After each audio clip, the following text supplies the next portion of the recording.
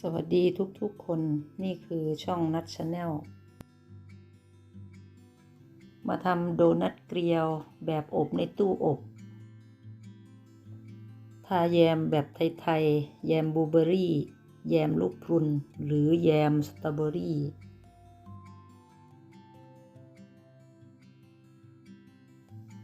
ฝรั่งก็จะแตกต่างจากไทยจะทาเนยใส่ชีสมะเขือเทศหรือไม่ก็แตงกวาวัตถุดิบ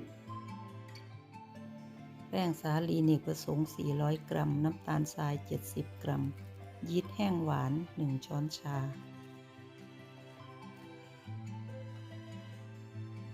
ไข่ไก่2 ฟองนมอุ่น120 ml เนยเค็ม60 กรัมวานิลา1 ช้อนชา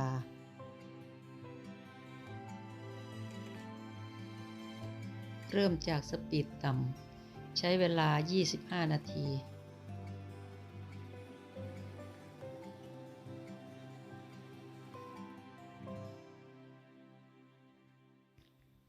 แป้งนิ่มมาก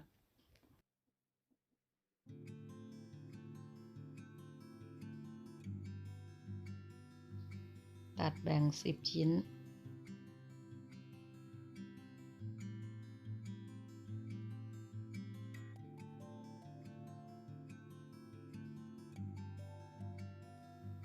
รวบแป้งให้หน้าตึง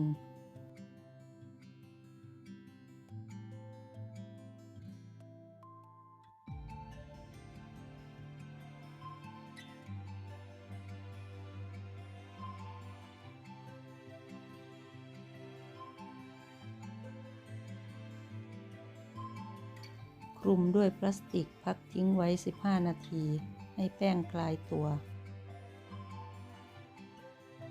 หลังจาก15 นาทีนำแป้งมารีดขึ้นรูป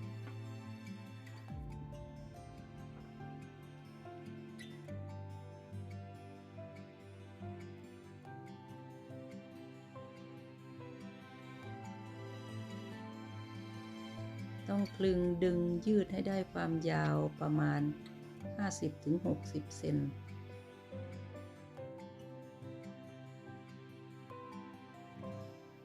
จะทำให้ม้วนเกลียวได้หลายรอบ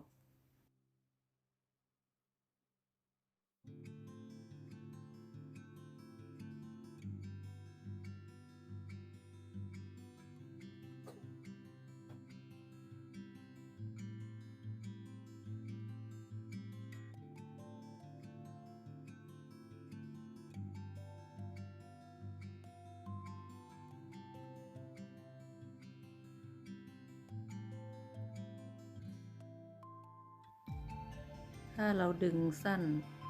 เวลาเราม้วนเกลียวเราก็จะป้อมๆตามไปด้วยจะดูไม่สวยงาม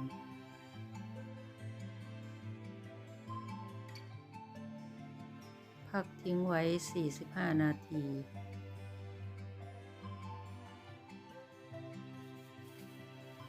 ตอนแรกตั้งใจจะเอาไปทอดในน้ำมัน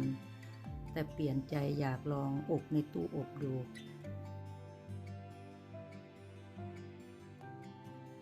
ทาด้วยน้ำมันพืชให้ทั่ว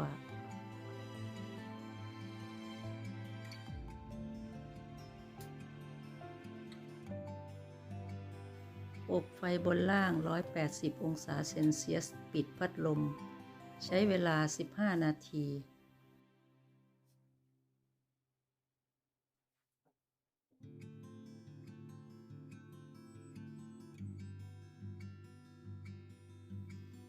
อบออกมาแล้วสวยงามมาก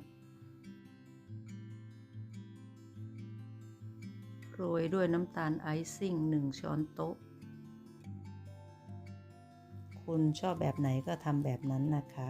อบในตู้อบก็ได้หรือทอดน้ำมันก็ได้